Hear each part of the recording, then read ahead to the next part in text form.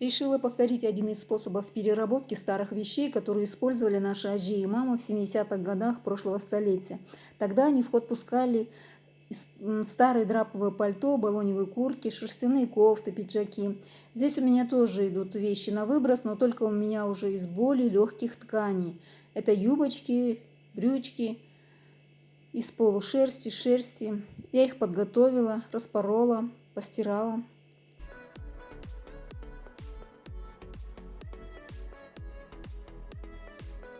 Первый слой выкладываем ровненько, выравниваем по размеру. Вот здесь у меня получается длину 190 сантиметров и ширину 74 сантиметра. Юбочку я вот распорола, все аккуратно выложила и выкладываю следующий.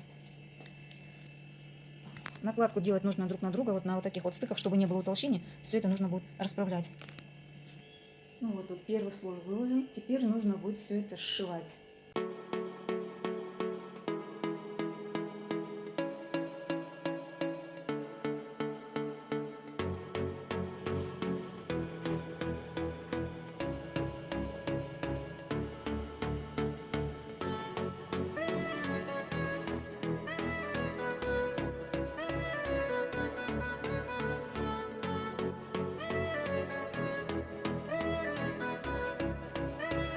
Вот первый слой изделия я приготовила, первый пласт, между собой их соединила.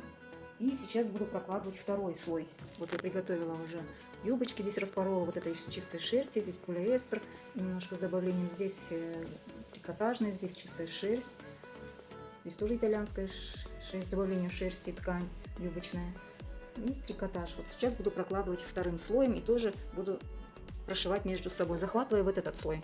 Конечно, можно было проложить ватином, современной, да, и сверху закрыть. Но вот поскольку я решила переработать все, что на выброс, то буду использовать уже до конца бабушкин метод.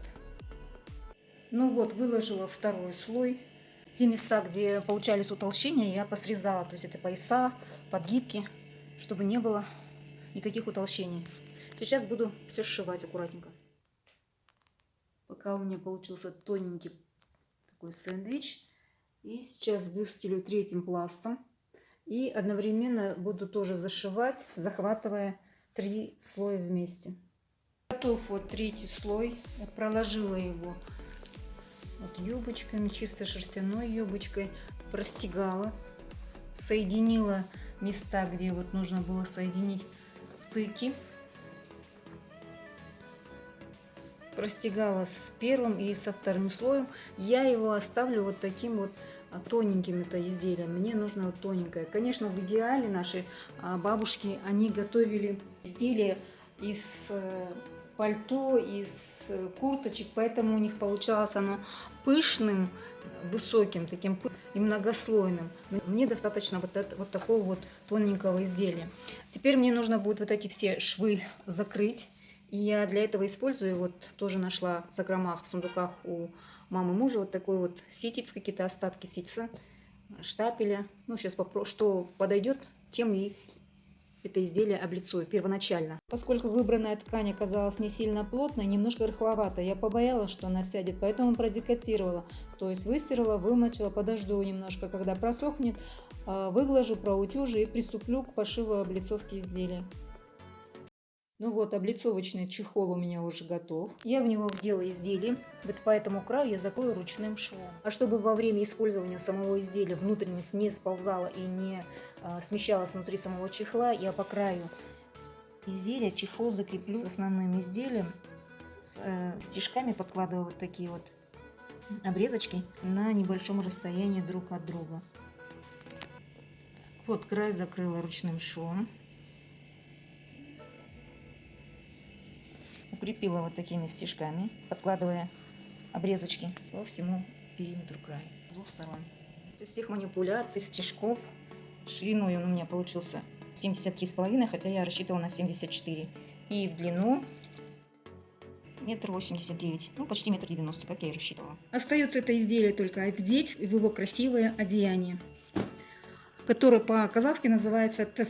То есть это не чехол, не наволочка, не наперник или еще как-то там. Это называется прямым переводом одеяние, которое изготавливается в технике кра, то есть лоскутного шитья с использованием орнамента.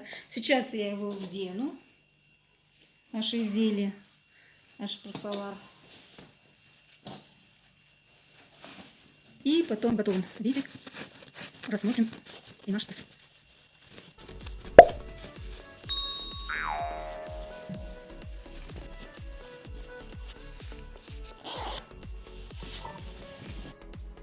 Вот такое вот красивое одеяние у меня получилось на этот просолар.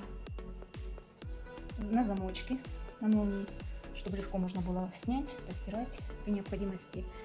Я специально сделала его тонким, чтобы он легко и быстро собирался.